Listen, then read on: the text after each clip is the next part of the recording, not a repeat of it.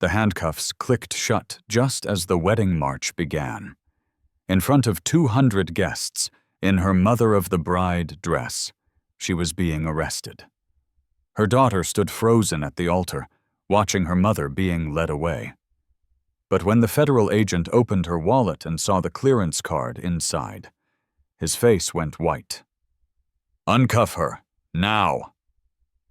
Because some security levels don't exist on paper, welcome to Real Heroes Stories YouTube, where forgotten heroes and silent warriors finally get their stories told. Before we continue, hit that subscribe button and tell us in the comments, where in the world are you watching from today? Your support helps us honor those who served in silence. The morning had started perfectly. Sarah Mitchell stood in the bridal suite of the Riverside Country Club, carefully placing the antique pearl hairpin in her daughter Emma's hair. The same hairpin Sarah's mother had worn. The same one Sarah had worn 28 years ago. Before her life took a turn no one in this room could imagine. "Mom? You're shaking," Emma said, catching her mother's trembling fingers in the mirror. Sarah forced a smile. "Just emotional, sweetheart. My little girl is getting married." But it wasn't emotion making her hands tremble. It was the text message she'd received at 4 a.m., the one she'd immediately deleted, the one that simply said, "They found you." For 15 years, Sarah Mitchell had been invisible. A suburban mother in Arlington, Virginia, PTA meetings, book clubs, yoga classes, the kind of woman who brought homemade cookies to school fundraisers and never missed a parent-teacher conference, the kind of woman whose biggest concern should have been whether the wedding caterer had remembered the gluten-free options. She'd built this life carefully, methodically, piece by piece after walking away from a world where her real name could never be spoken aloud. A world where what she knew, what she'd done, and what she'd witnessed had made her both invaluable and dangerous. "Mrs. Mitchell?" The wedding coordinator peeked into the room. "The photographer is ready for the mother-daughter photos." Sarah nodded, smoothing down her navy blue dress. She'd chosen it specifically. Conservative. Forgettable. The kind of dress that wouldn't stand out in wedding photos that might one day be evidence. Outside, the October air was crisp. The venue's gardens were decorated with white roses and baby's breath. 200 guests were taking their seats, including 3 she'd spotted immediately. They were good, professional, but Sarah had been better. The woman in the third row, supposedly Aunt Helen from Chicago, held her purse at an angle that suggested a concealed carry. The man by the garden exit, ostensibly a wedding photographer's assistant, had positioned himself with clear sightlines to every entrance. And the caterer who'd arrived late had hands that had never spent a day in food service. They were federal agents. The question was, which agency? Emma linked her arm through Sarah's. "You look beautiful, Mom." "Not as beautiful as you, sweetheart." They walked toward the garden arch where photos were being staged. Sarah's husband, Tom, was already there, laughing with the groomsmen. Tom Mitchell, a kind, simple man who sold insurance and thought his wife's reluctance to talk about her past stemmed from a difficult childhood. He had no idea he'd been married to a ghost for 15 years. The photographer positioned them. "Mother of the bride, just a bit to the left. Perfect. Now everyone smile." That's when she felt it. The shift in energy. The photographer's assistant had moved closer. The woman in the third row had stood up. And somewhere, a radio had crackled to life. "Sarah Mitchell," a voice said behind her. Clear, authoritative, federal. She didn't turn around. My daughter is getting married in 30 minutes. Ma'am, I'm Agent David Porter, FBI.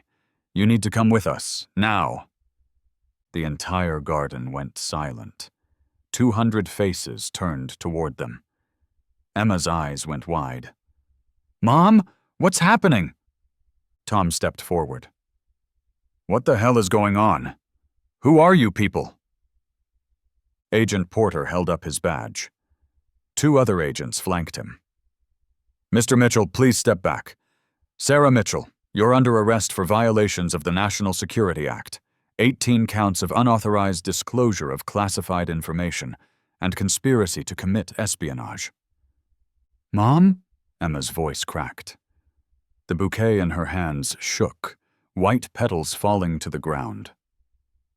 Agent Porter, Sarah said calmly. Badge number? Badge number 7829. Ma'am, please turn around and place your hands behind your back. Mom! Emma was crying now, her wedding makeup running. This is a mistake! My mom isn't a spy. She's a mom. She makes brownies. She drives a minivan. Tom was shouting at the agents, demanding answers. The wedding coordinator was frantically trying to clear guests, and Sarah stood perfectly still, calculating. They thought they'd found Sarah Mitchell. They had no idea they'd found someone else entirely.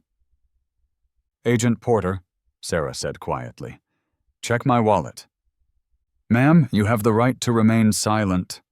Check my wallet. Porter hesitated, then nodded to one of the other agents, who retrieved the small leather wallet from Sarah's purse.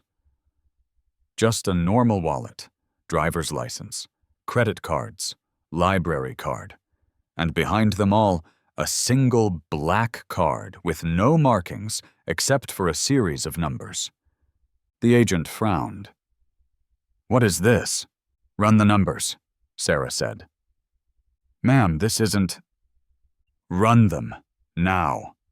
Unless you want to explain to your superiors why you arrested someone you were never supposed to find.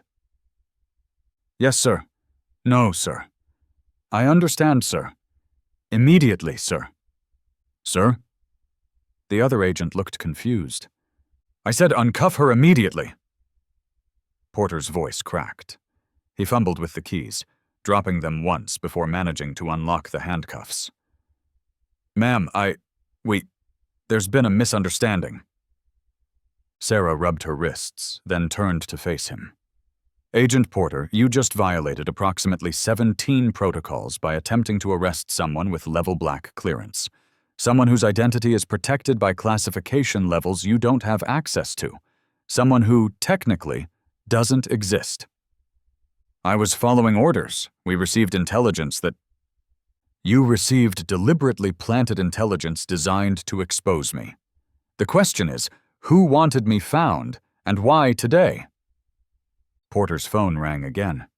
He looked at it like it might explode. It's the director.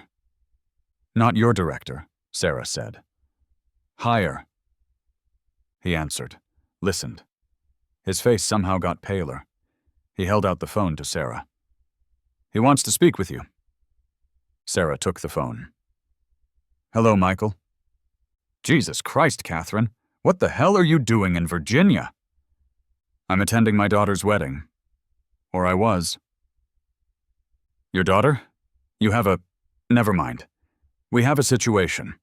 Moscow activated your old network 3 hours ago. They think you're dead, but someone's using your protocols. Sarah's blood went cold. Her old network, the one she'd built, the one she'd burned when she walked away. That's impossible. I destroyed everything. Apparently not everything. We need you back, now. I can't. Catherine, they're moving on the embassy in 4 hours. Only you know the full network. Without you, we're blind. My daughter will be a widow by tomorrow if this goes wrong. Her husband's military, isn't he? Marine Corps. He's on the target list. Sarah closed her eyes. Of course he was. Of course they knew. Give me 10 minutes. Catherine, 10 minutes to fix this, to give my daughter her wedding. Then I'll come. Mom? Emma's voice was small, scared. What's happening? Who's Catherine? Sarah cupped her daughter's face. Baby, I need you to listen to me. Everything I'm about to tell you is true, even if it sounds impossible. I love you. I have always loved you. Every soccer game, every school play, every moment, that was real. Sarah Mitchell is real. She's your mother. But before I was Sarah, I was someone else. Someone who did important things, dangerous things, things that saved lives. You're a spy? Emma whispered. Was.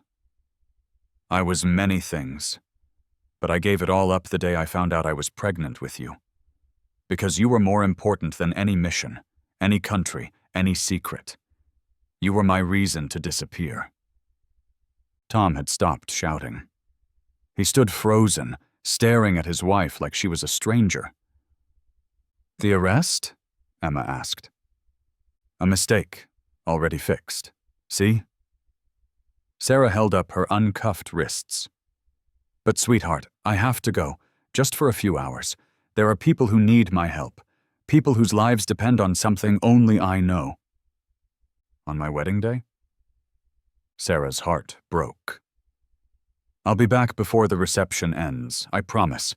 Agent Porter and his team will stay. They'll keep everyone safe. And when I come back, if you want, I'll answer every question. No more secrets. Emma was quiet for a long moment. Then, is Dad safe? Tom doesn't know anything. He's safe.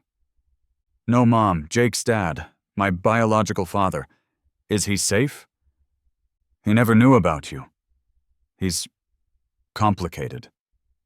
Is he like you? Whatever you were?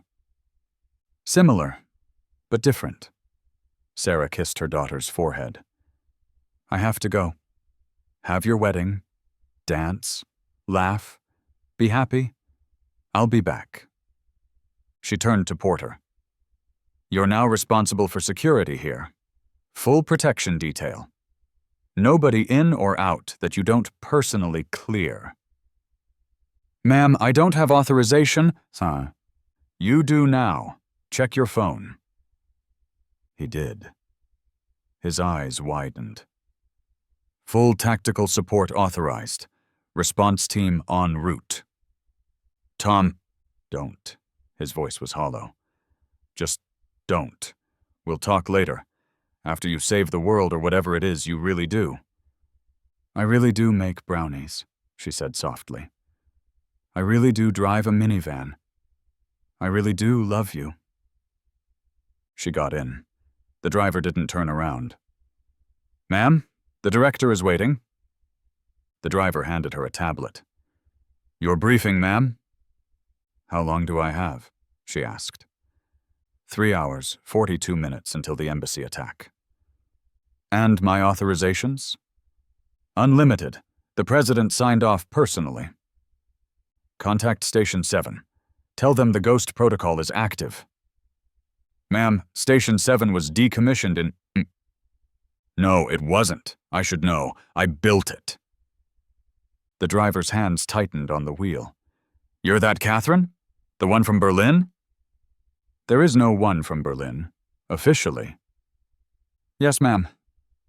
It's me, she said when the line connected. Yes, I know you thought I was dead. Listen carefully. Dmitri is alive. He's using Protocol 7. Yes, the one we swore we destroyed. No, Michael doesn't know about that part. He can't know. If he knew what Protocol 7 really was, what we really built... She paused. How many assets are compromised? All of them? Even Paris? I need a team. My old team. I don't care if they're retired, dead, or in prison. Find them. Bring them to Station 7. She looked at her watch. And James? When this is over, I'm done. For real this time. My daughter gets married once. Ma'am, the driver said. The director wanted me to give you this. Tell the director I need everything we have on the Moscow situation from the last 6 months. Every communication, every satellite image, every asset report. It's already waiting in the briefing room, ma'am. She stepped into the elevator. As the doors closed, her phone buzzed. A text from Emma. Mom, where are you?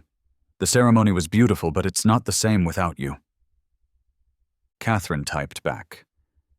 On my way back, sweetheart. Save me a dance. Gentlemen, she said to the frozen faces around the briefing table, I understand we have a situation. The Director of National Intelligence stood up slowly. Catherine? You're supposed to be dead? Yes. It was convenient for everyone to think that. Now show me what Dmitri has done with my network, and let's discuss how we're going to stop him without starting World War III. Catherine, you've been gone for 15 years. Protocols have changed. The world has changed.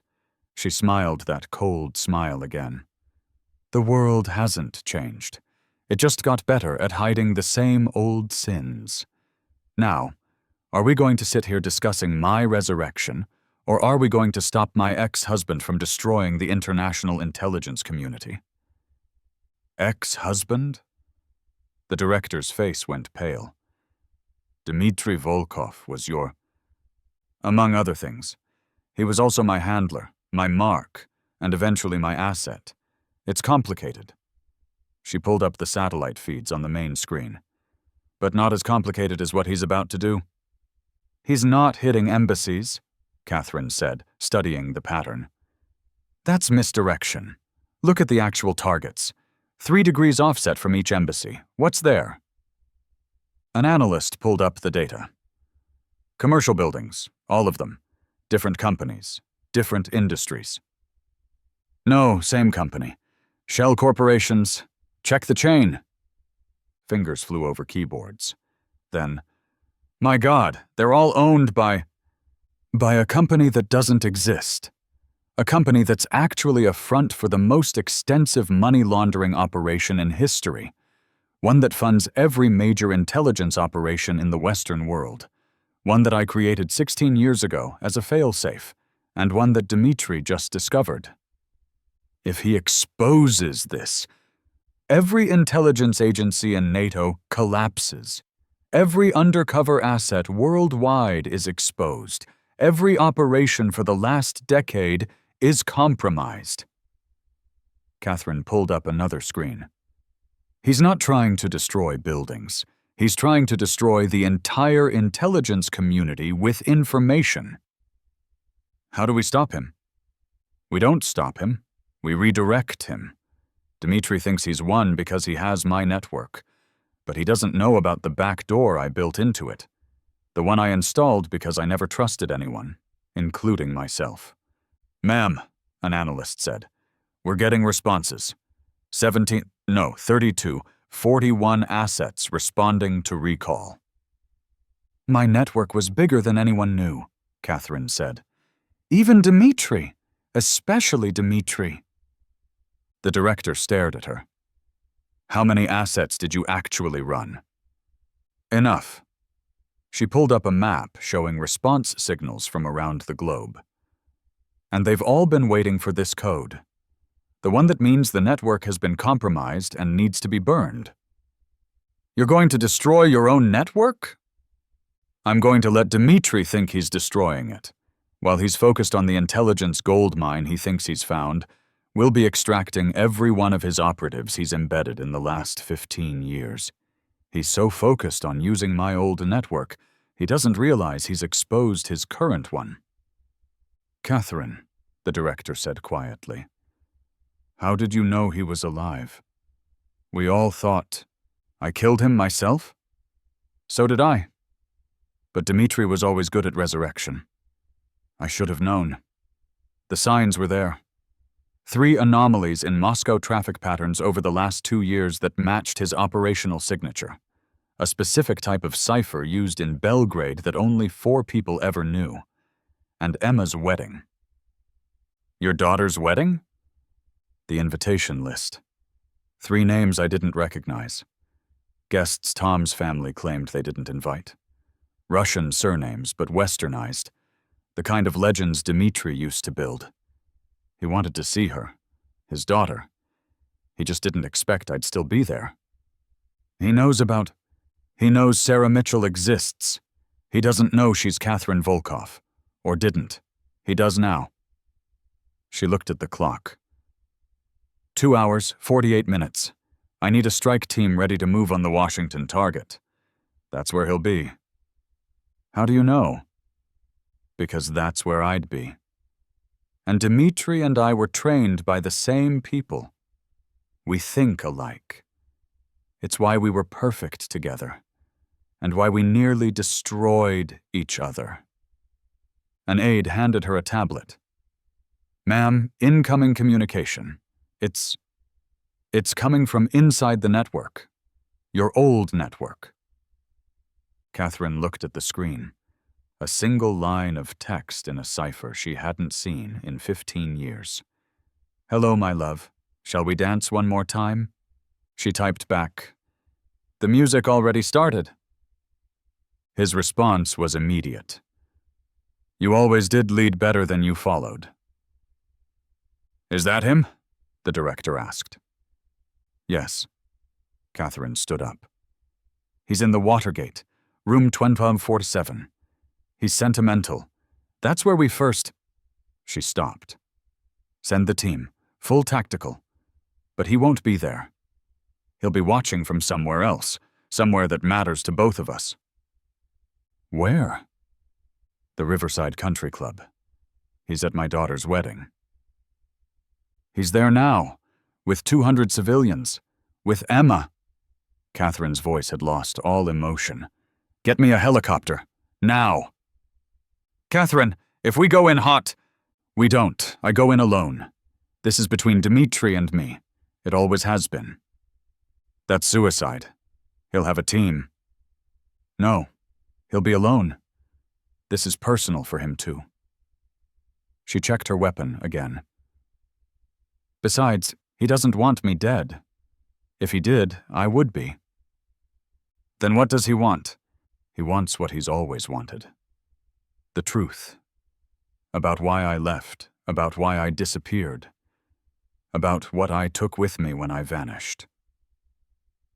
What did you take? His future. Ma'am, we've swept everything. No signs of...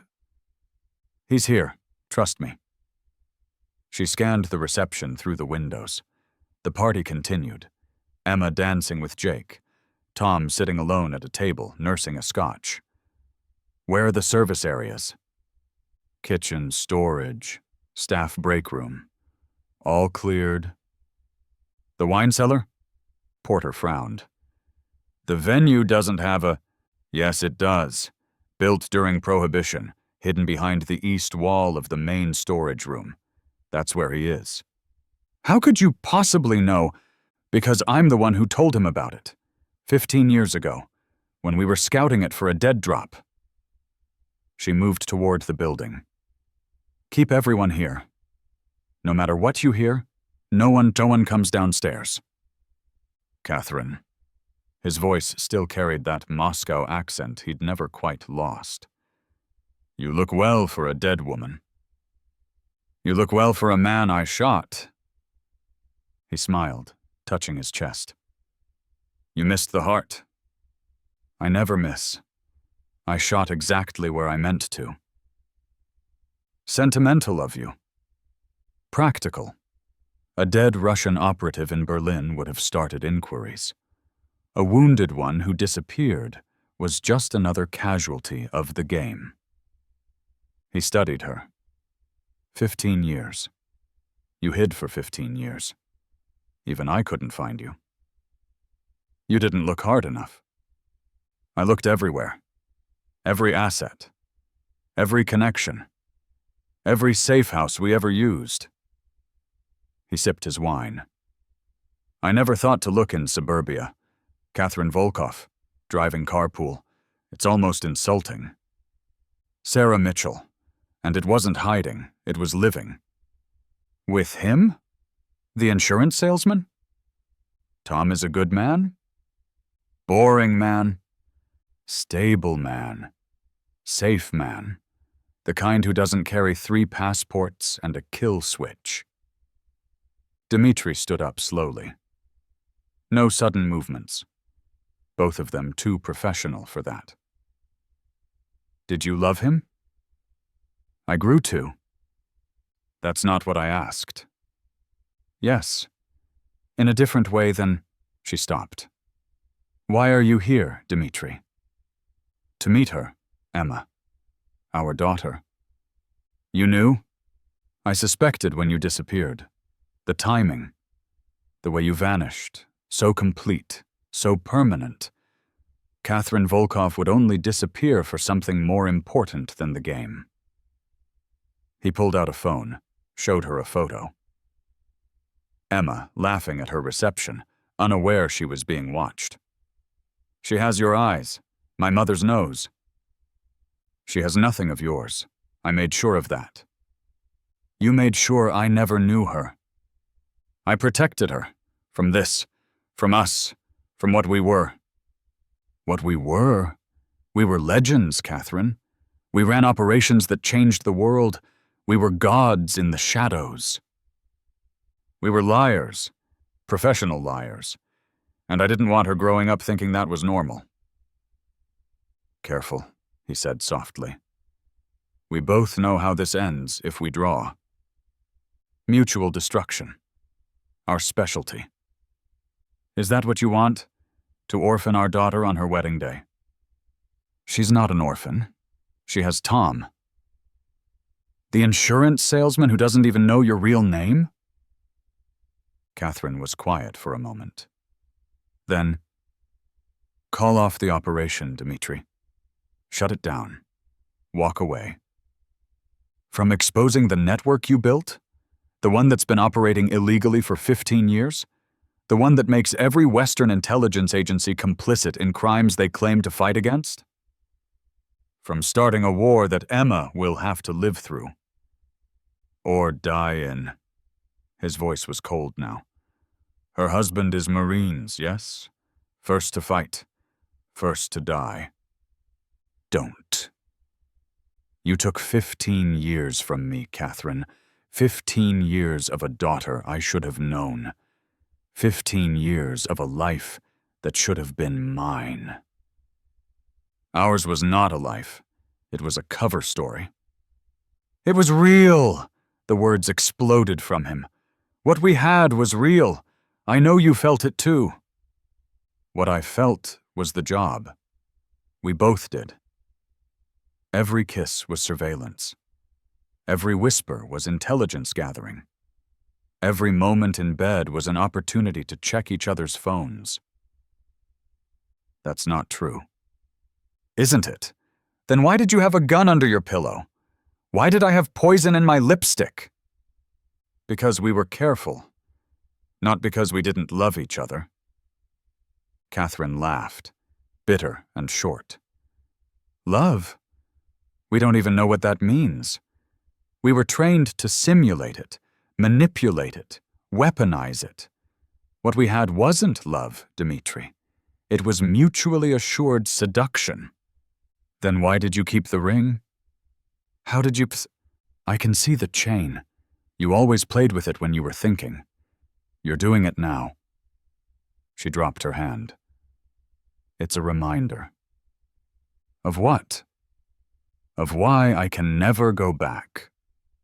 Everything, he said. Your entire network, every secret account, every hidden operative, every black site that officially doesn't exist. In 43 minutes, this goes public. Unless what? You come back. To the life, to the game, to me. You're insane. I'm practical. You're the only one who ever matched me, Catherine. The only one who could keep up. Without you, it's just empty. I have a family. You have a fiction. A suburban fantasy you've been playing at for 15 years. But I see it in your eyes. You miss it. The adrenaline, the challenge, the power. I miss sleeping without checking the windows. I miss not analyzing every stranger for concealed weapons. I miss being able to love someone without wondering what their angle is. Do you? Really? Then why did you keep the protocols active? Why did your assets respond instantly to your recall? Why did you build a backdoor you never told anyone about? He stepped closer. You knew this day would come. You prepared for it. Part of you wanted it. 41 minutes, Dmitri said. Decide. Come back to the life, or watch it all burn. Watch Emma's world burn. Because when this goes public, when every intelligence agency starts turning on each other, when assets start dying and operations start failing, the world her children will inherit will be chaos. Her children? Oh, you didn't know? She's pregnant. 8 weeks. She hasn't told anyone yet, but my people are thorough. You bastard. I'm her father. I have a right to know my grandchild, unless you'd prefer to hide that from me too. 37 minutes, Catherine said. That's how long you have to live if you don't shut down the operation. You won't kill me. Not here. Not at her wedding. I won't have to. Did you really think I came alone? Did you think the Catherine Volkov you trained would walk into a trap without a contingency? Dmitri's eyes narrowed. You're bluffing. Check your accounts. He pulled out his phone, typed rapidly. His face changed. What did you do? While you were focused on exposing my network, I was emptying yours. Every account, every safe house, every asset you've built in 15 years, all gone, all transferred to a burn fund that will be donated to refugee organizations in precisely, she checked her watch, 35 minutes. Unless you stop your operation. You can't. I can. I did.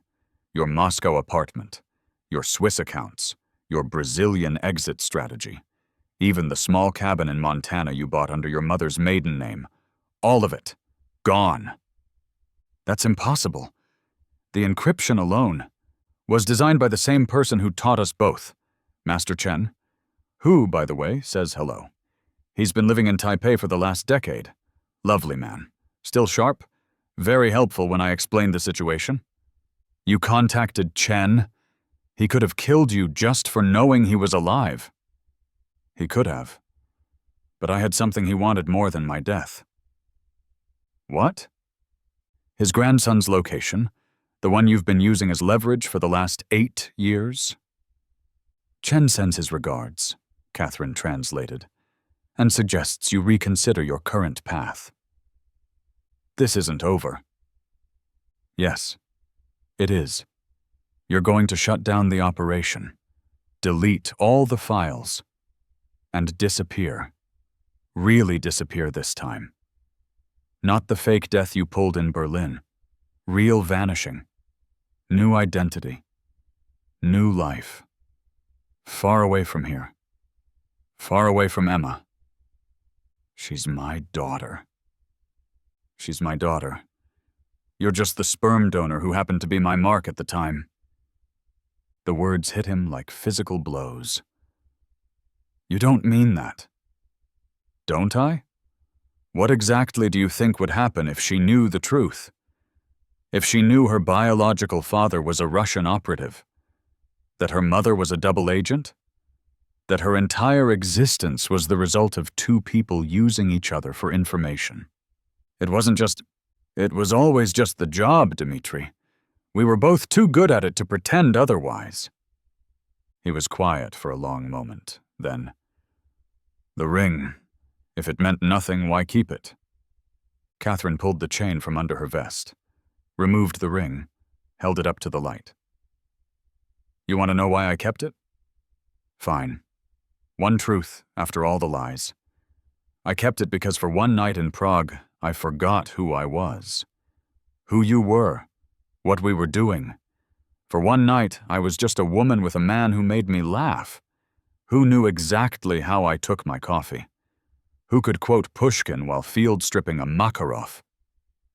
She set the ring on the table between them.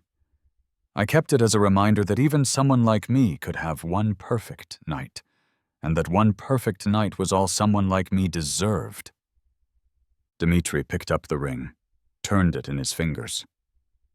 It wasn't just one night for me. I know. That's why you have to leave. Because if you stay, if you try to be part of Emma's life, I'll have to tell her the truth. All of it, including how many people her father has killed, including the hospital in Sarajevo. His hand clenched around the ring. That was necessary? Collateral damage? 43 children, Dmitri. I counted every name. You were there too. I was. And I left. That night. That's when I decided I was done. When I found out I was pregnant 2 weeks later, it just confirmed what I already knew. I couldn't bring a child into our world. Our world is the real world, Catherine. Everything else is just the fiction people tell themselves to sleep at night. Maybe. But it's a fiction worth preserving. For her. For the grandchild she's carrying. For the chance that maybe, just maybe, one generation can grow up without learning that love is just another word for manipulation. Dmitri stood. 28 minutes. My operation launches in 28 minutes. Then you have 28 minutes to stop it. And if I don't, then in 29 minutes you won't exist. Not arrested, not detained, not questioned. Just gone. The kind of gone that doesn't leave bodies or questions. The kind we specialized in. You're threatening me? I'm informing you. The team is already in position. Shooters at 3 locations, each with a different angle, each with orders to fire the moment the operation goes live. You know I don't bluff about operations. He smiled then, sad and knowing. No, you only bluff about feelings. 27 minutes. Dmitri pulled out his phone, typed a long series of codes. There, it's done. Operation terminated. Files deleted. Network shut down. Transfer canceled. Thank you, she said. I didn't do it for you. I did it for her. For Emma. She deserves better than what we were. Yes, she does. I could have loved you, Dmitri said finally. If we had been different people. But we weren't different people. We were exactly who we were trained to be. And now? Now you disappear, and I go back to being Sarah Mitchell, mother of the bride, maker of brownies, driver of minivans. Is that enough for you? It has to be. Dmitri moved toward the door, then stopped. The wedding. Can I at least see her? Just once? She won't know who I am. You already have. 3rd row, left side. The woman you thought was Aunt Helen from Chicago? That was your operative, wasn't it? You've been watching her all day. He smiled slightly. You always were the best. Dmitri, he turned back. The ring. Take it. Keep it. Every spy needs a reminder of the one thing that was real. Nothing between us was real. Then keeping it won't matter. Mom, you're back. Is everything okay? Are you okay? Catherine, no, Sarah, she was Sarah now, hugged her daughter tight. Everything's fine, sweetheart. Crisis handled. Just some old business that needed clearing up. Mom, those agents, they said you were... They were wrong. A case of mistaken identity. It's all sorted now. Emma pulled back, studying her mother's face. Mom, who are you? Really? Sarah looked at her daughter, her beautiful, innocent, pregnant daughter who deserved a life without shadows. I'm your mother, and right now that's what matters. Before doesn't matter. Only now matters. Only this. She gestured to the reception. Your wedding, your happiness, your future. Emma was quiet for a moment. Then, the agent, Porter. He said you saved lives today. He said you were a hero. Porter talks too much. Mom? Sarah took her daughter's hands. Everyone has a past, Emma. Some are just more complicated than others. Mine is very complicated. Someday, when you're ready, if you really want to know, I'll tell you. But tonight, you're a bride, and I'm just your mom who missed too much of your wedding already. Emma studied her for another moment, then nodded. Okay, but Mom, that whole secret agent thing, it actually explains a lot. Like how you always know when I'm lying, and that time you disarmed that mugger in the parking lot, and how you can speak Russian in your sleep. I don't speak Russian in my sleep. You did. When I was 12 and had nightmares, I'd come to your room and you'd be talking in Russian. Dad said it was probably just gibberish, but I looked some of it up. You were reciting poetry. Pushkin, I think. Sarah's throat tightened. Pushkin. Dmitri's favorite. Even in sleep, the past haunted her. Mom? Are you crying? It's your wedding day. I'm allowed to cry. Emma hugged her again. I love you, Mom. Whatever you were, whoever you were, you're my mom. That's what matters. I love you too, sweetheart. More than all the secrets in the world. Mrs. Mitchell, you're back! Emma was worried. Come on, they're about to cut the cake. The band leader announced the last dance. Emma and Jake took the floor, followed by all the couples. Sarah stayed in Tom's arms, moving slowly to the music, feeling the weight of the chain around her neck. But the ring was gone now. That piece of Catherine Volkov had been left behind in a wine cellar with a ghost from her past. I love you, Mom. Whatever secrets you're keeping. They don't change that. I love you too, sweetheart. Be happy. I am. From her pocket, she pulled out something she'd kept hidden all these years. Not the ring. That was gone. But a small locket Emma had given her on Mother's Day when she was 8. Inside was a picture of Emma, gap-toothed and grinning. This was what mattered. This was what was real. She walked to her minivan and sat for a moment in the parking lot. Her phone, a new one, buzzed. A message from the director. Catherine, official cover. Dmitri Volkov died in a car accident in Prague tonight. Natural causes. No questions will be asked. You're officially dead again. Enjoy retirement. She deleted the message. Dmitri was really gone this time. The last link to Catherine Volkov, severed forever. She started the minivan and drove home to the suburb where she'd hidden for 15 years. Where she'd continue to hide. Not from enemies now, but in the warm embrace of a life worth protecting. Sarah, he called softly. Tom. Are you coming in?